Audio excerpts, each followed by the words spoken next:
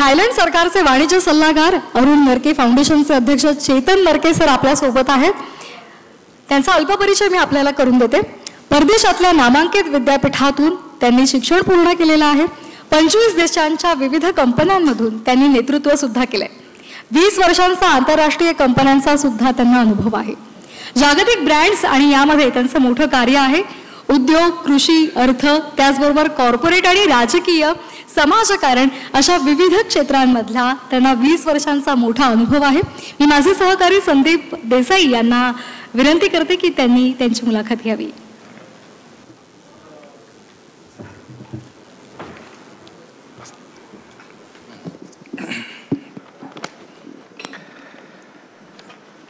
चेतन नरके सरांशी बोलताना किंवा त्यांचा परिचय घेताना आपण बघितलं त्यांचं सगळं शिक्षण किंवा उच्च शिक्षण जे आहे ते परदेशात झालेलं आहे आणि ते आता काम सुद्धा अनेक इतर देशांबरोबर करताना आपल्याला पाहायला मिळतात. सर, या सगळ्यामध्ये परदेशातली शिक्षण व्यवस्था ज्या वेळेला आपण बघता किंवा तुम्ही परदेशामध्ये शिक्षण घेतले किंवा आता तिथं काम करता, तर नवीन शैक्षणिक धोरणामध्ये परदेशी शिक्षण व्यवस्थेमधले कोणकोणते मुद्दे तुम्हाला अपेक्षित आहेत? तसं बघायला गेलं तर मला वाटतं 2 फिलॉसॉफीज मला पहिल्यांदा सांगावं लागते. वेस्टर्न फिलॉसॉफी आणि ईस्टर्न फिलॉसॉफी.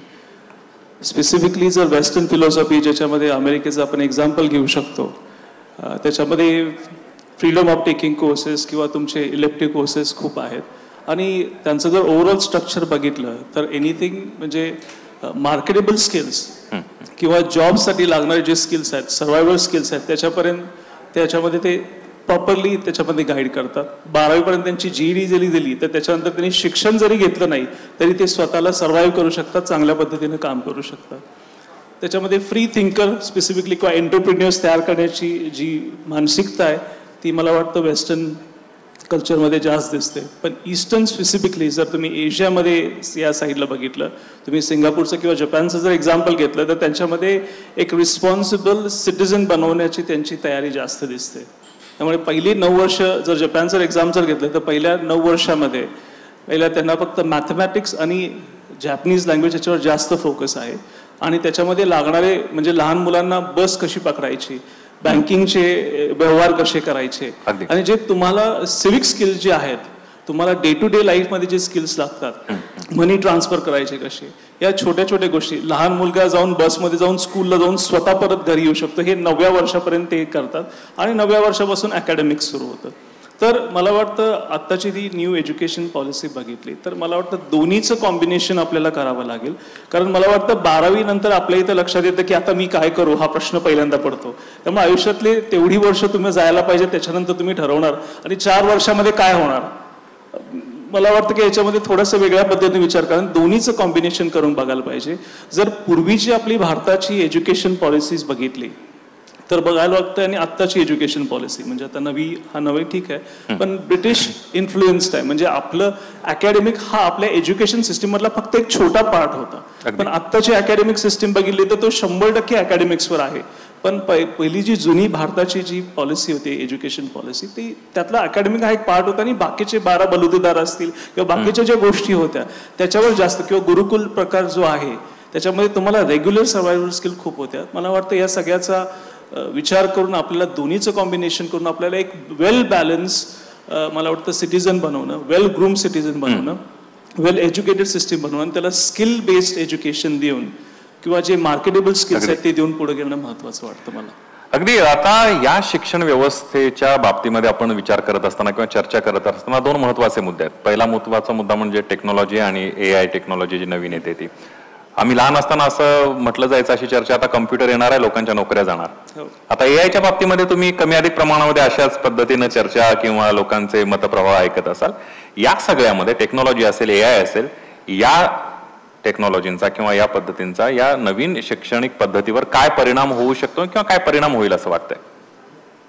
तसं बघितलं तर टेक्नॉलॉजी म्हटलं आणि एज्युकेशन सिस्टीम म्हटलं तर जे मार्केटमध्ये लेटेस्ट आहे त्याचं रिप्लिकेशन तुमच्या सिलेबसमध्ये झालं पाहिजे. नाहीतर आम्ही ज्यावेळी प्रोडक्शन इंजिनियर केलं त्यावेळी आम्हाला बाकीचे हायड्रॉलिक मशीन्स आणि जे भरपूर वर्षापूर्वी असायचे पण आता सगळे CNC मशीन यायचे, रोबोटिक्स यायचे पण त्याच्याबद्दल शिकवलं नाही जायचं. त्यामुळे इंजिनिअरिंग करून आम्ही बाहेर पडलो की त्याच्यानंतर 2 वर्ष काय करायचं कामावर ही शिकायला लागायचं. त्यामुळे मला वाटतं की जी टेक्नॉलॉजी आहे ती लेटेस्ट रिप्लिकेशन तुमच्या सिलेबस मध्ये खूप महत्त्वाचं आहे.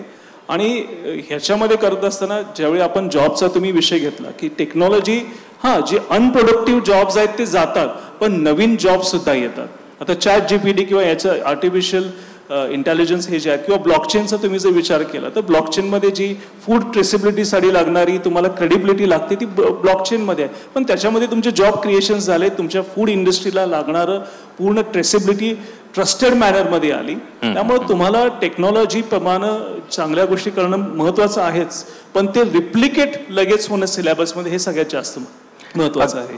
आणि एक मुद्दा त्याच्यामध्ये सर महत्त्वाचा मला असं वाटतो की ब्रेन मॅनेजमेंट, म्हणजे आपल्याकडे जसं ॲग्रिकल्चरमध्ये डिमांड आणि सप्लाय इक्वेशन्स असतं, आपल्याकडे सेंट्रलाइज एज्युकेशन सिस्टम म्हणजे किती लोक ग्रॅज्युएट होतात हे आपल्याला आधी माहीत पाहिजे आणि आपली डिमांड मार्केटमध्ये किती आहे. मगाशी निखिल सरांनी पण बोललेलं आहे की त्यांनी स्पेसिफिकली बोलताना आपण म्हणलं की मार्केटमध्ये डिमांड जे स्केलेबल जॉबचे आहे तेवढे आपण प्रोडक्शन करतोय का. कारण नाही तर कसं होतं, साखरेसारखं होतं, मग कोटा सिस्टीम येते. कारण तुम्ही साखर प्रोड्यूस करताना त्याचं पडू नाही, त्याला काहीच करता येत नाही, त्यामुळे बेरोजगारी वाढते. त्यामुळे तुम्हाला स्मार्ट वर्क करून आणि टेक्नॉलॉजीचा वापर करून तुमचा ब्रेन मॅनेजमेंट करणं खूप महत्त्वाचं आहे. ब्रेन मॅनेजमेंट जे आउटपुट तुमचं येतं ते महत्त्वाचं आहे. अगदी सकाळपासून तज्ज्ञांचे जे काही विचार होते त्यामध्ये आपण बऱ्याच वेळेला ऐकलं की याची अंमलबजावणी योग्य झाली तर शिक्षण चांगलं होणार, गुणवंत विद्यार्थी तयार होणार आणि एक चांगला नागरिक सुद्धा तयार होणार. आता शिक्षणासोबत मोरल एज्युकेशन आणि मूल्य शिक्षण याचं किती महत्व वाटते तुम्हाला? मला वाटतं ह्याच्यामध्ये मॉरल एज्युकेशन आणि व्हॅल्यूज एज्युकेशनचं सगळ्यात जास्त महत्त्वाचं आहे. कारण एक वेल राऊंडेड गुड ह्युमन बिईंग बनवणं ही खूप महत्त्वाची गोष्ट आहे. ही आता आपल्या कम्युनिटीची गरज आहे. आणि तसं नाही झालं तर मला वाटतं अडचणी खूप येऊ शकतात भविष्यामध्ये. आपल्याला वेल एज्युकेटेड माणूस असणं महत्त्वाचंच आहे, पण मॉरल एज्युकेशन म्हणजे आता समजा एखादा UPSC मध्ये टॉपिक्स बघितले तर त्याच्यामध्ये इथिक्स आहे. हा टॉपिक का आहे UPSC मध्ये? कारण माहिती आहे की ज्यावेळी एखादा गव्हर्नमेंट ऑफिसर बनतो त्यावेळी त्याच्यामध्ये इथिकल डिलेमा बरेच ठिकाणी सर त्याच्यामध्ये येतात आणि इथिकल डिलेमामधून मार्ग काढण्यासाठी हा इथिक्सचा विषय आहे. फक्त इथिक्सचा विषय UPSC साठी मला वाटतं लिमिटेड असणं बरोबर नाही आहे. तो सगळ्यांसाठी असणं, तुमची इंटिग्रिटी जी आहे कुठल्याही कामामध्ये, जसं मी जपानचं एक्झाम्पल दिलं की त्याच्या पहिल्या 9 वर्षामध्ये ते ग्रूम केलं असतं की हे चुकीचं आहे आणि हे बरोबर आहे. एखादी गोष्टीची ब्राईब घेणं हे चुकीचं आहे. गरीब लोकांना मदत करणं, शेतकऱ्यांसाठी मदत करणं हे प्रत्येक गव्हर्नमेंट ऑफिसर असेल त्याचं काम आहे आणि याच्यासाठी तो इथिक्स हा विषय UPSC मध्ये घेतला जातो. आणि प्रत्येकाच्या माइंडसेटमध्ये त्या प्रत्येक एज्युकेशन सेक्टरमध्ये जे विद्यार्थी बाहेर पडतात त्यांच्या मेकिंगमध्ये आपल्याला पाहिजे की हा इथिक्स किती महत्त्वाचा आहे. आणि त्याच्याबद्दल मॉरलचं थोडं जरी मी एक्सटेन्शन केलं तर त्याच्यामध्ये कल्चरल एज्युकेशन सुद्धा महत्त्वाचं आहे. कारण आपल्याकडे बरेच जे ट्रेडिशनल कथक डान्स आहे किंवा अजंठा एलोरा तुम्ही लेणी बघायला गेलात, हे विषय जर कल्चरल नॉलेज आपल्या विद्यार्थ्यांना नसेलच तर त्या आपल्या सगळ्या पिढीमध्ये जे आपण अचीव्ह केले आतापर्यंत ते सगळं आपलं विसरून जाणार. संस्कृत आपण जर कंपल्सरी केलं तर आपले जी संस्कृती होती तीच आपण विसरून जायला लागलोय. कथ्थक सारख्या गोष्टी आहेत त्या आपल्याला ॲप्रिशिएट करायला शिकायला पाहिजे, लोकांना त्याबद्दलचं नॉलेज द्यायला पाहिजे. त्यामुळं मॉरल आणि व्हॅल्यू एज्युकेशन बरोबर कल्चरल एज्युकेशन सुद्धा तेवढंच महत्त्वाचं आहे. नाहीतर आपण जी स्वतः आयडेंटिटी आहे ॲज अ इंडियन म्हणून आपण बाहेर जातो. आम्ही बाहेरच्या देशात, मी जवळपास माझे 20 वर्ष बाहेर झाले, मल्टीनॅशनल कंपन्यांसाठी मी CFO म्हणून काम केलं. पण ज्यावेळी कल्चरचा भाग येतो त्यावेळी माझ्या मातीशी किंवा माझ्या कल्चरशी जोडणं आणि त्याचं प्रोजेक्शन चांगल्या पद्धतीनं जगामध्ये करणं ही माझी जबाबदारी असते. आणि हे जर मला लहानपणी शिकवलंच नाही तर माझा व्हॅल्यू बेसच माझा कमकुवत राहिला. मी भारतीय म्हणून फक्त पासपोर्टवर राहीन, पण ऍक्च्युली माझ्या विचारसरणीमध्ये, माझ्या कामाच्या पद्धतीमध्ये, महिलांच्या बद्दल आदर, या सगळ्या गोष्टी मला कल्चरमधून येतात. आणि त्या ठेवण्यासाठी मला हे महत्त्वाचं वाटतं की मॉरल, व्हॅल्यू बेस्ड एज्युकेशन आणि कल्चरल असिम्युलेशन हे खूप महत्त्वाचं आहे. अगदी या सगळ्यामध्ये शिक्षणाचा व्यवहारामध्ये वापर आपण बघितलं तर आतापर्यंत जी शिक्षण व्यवस्था 35-36 वर्षापर्यंत सुरू आहे यामध्ये असं म्हटलं जाय की घोकणपट्टीवर खूप भर दिला गेला आणि ती मगाशी रायंदळे सरांनी उदाहरण दिलं घोका आणि ओका अशा प्रकारचा आरोप सुद्धा झाला. या नवीन शिक्षण पद्धतीमध्ये आपण जर बघितलं शैक्षणिक धोरणामध्ये व्यावहारिक वापराबद्दल काय अपेक्षा आहेत असं तुम्हाला वाटतंय? मला वाटतं की आपण ज्यावेळी आता ज्या पद्धतीनं आम्ही शिकलो, मी स्पष्ट बोलायला काय हरकत नाही, आम्हाला 10वी-12वी पर्यंत आपण फक्त एखाद्या गाडीच्या डब्यात बसायचं, ती गाडी कुठं जाते कधी विचारलं पण केला नाही. 12वीला जायचं, मग विचारायचं पुढं काय करायचं. 12वी पर्यंत आयुष्यातला तुमचा वेळ हा खूप महत्त्वाचा असतो आणि आपण तो सिरियसली घेत नाही. त्यामुळं अरुण नरके फाउंडेशनमध्ये सुद्धा आम्ही ॲप्टिट्यूड टेस्ट आणि आपलं सायकोमेट्रिक अनालिसिस, ह्या गोष्टी म्हणजे स्टेट ऑफ आर्टचं आम्ही त्याच्यामध्ये तुमचं काउन्सिलिंग म्हणजे करिअर काउन्सिलिंग असेल किंवा सॉफ्ट स्किल डेव्हलपमेंट हे अरुण नरके फाउंडेशनमध्ये चांगल्या पद्धतीनं का केलं जातं.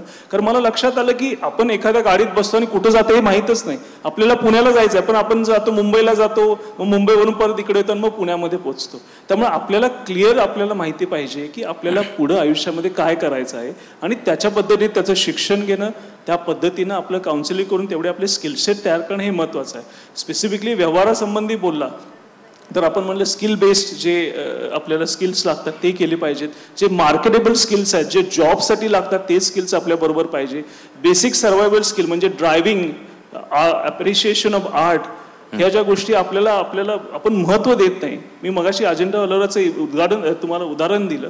आपण तिथं लेणीच्या इथं गेल्यावर आपल्याला माहीतच नाही की हे कुठल्या प्रकारचं आर्किटेक्ट आहे. बरोबर. सो आपणच स्वतःच्या कल्चरचं करायचं असेल तर आपल्याला आर्ट अप्रिशिएशन हा टॉपिक आपल्या ह्याच्यामध्ये मला वाटतं निखिल सर तुम्हाला माहीत असेल आपल्या MS मध्ये किंवा MBA मध्ये आपल्याला गिटार क्लासेस जसे आहेत तसे आर्ट अप्रिशिएशनचं त्यांच्याकडे सेशन्स आहेत. त्या पद्धतीनं ड्रायव्हिंग हे महत्त्वाचं आहे आपल्यासाठी. ड्रायव्हिंगचे सेशन पाहिजे. आपण नेहमी बघतो की ॲक्सिडेंट्स किती रोड होतात पण ते आपल्या सिलेबसमध्ये असेल की बाबा रिस्पेक्ट कसा करायचा. एखादं ॲम्ब्युलन्स आली तर तिला वाट द्यायला पाहिजे हे कुणीतरी सांगावं लागेल ना. आत्ता आपण करतो पण या बेसिक गोष्टी ज्या आपल्या देशाच्या घडणवळणामध्ये सगळ्यात महत्त्वाच्या आहेत. ड्रायव्हिंग स्किल्स असतील, तुमचं आर्टचा विषय मी मध्ये घेतला, त्याच्यानंतर न्यूट्रिशन, आपली तब्येत ठीक असेल तर आपण ठीक असणार आहे. आपल्या हेल्थसाठी लागणारी योगा सेशन्स किंवा योगा कशी करायचे हे आपल्याला माहीत पाहिजे. कारण योगा जगाची ओळख म्हणून भारताला ओळखतं पण आपल्या भारतालाच माहित आहे की योगा काय आहे. ही रियालिटी आहे ना. त्यामुळे या गोष्टी एज्युकेशन बरोबर या गोष्टी सुद्धा त्याच्यामध्ये क्लॅरिटी असणं खूप महत्त्वाचं आहे. आपल्याला जर देश बनवायचा असेल तर या बेसिक गोष्टी, आपलं कल्चर, आपली माती, या गोष्टी देखील तेवढ्याच महत्त्वाच्या आहेत जेवढ्या तुमचे elective courses, multidisciplinary, multiple entry, multiple exit या सगळ्या आहेत. पण जिथून तुम्ही येताय ते आपले आई वडील, ते आपली माती आणि ते कल्चरचं सेन्स तेवढं आपली सर्वायवल स्किल तेवढे स्ट्रॉंग असणं आणि आपल्याबरोबर त्याबद्दल अभ्यास करून प्रोफेशनली टॅलेंट मिळवून चांगल्या पद्धतीनं काम करणं हे तेवढंच सर गरजेचं आहे. अगदी नरके सर, धन्यवाद. तुम्ही TV9च्या या कार्यक्रमामध्ये सहभागी झालात आणि या नवीन शैक्षणिक धोरणाबद्दल मोलाचं असं मार्गदर्शन केलं त्याबद्दल.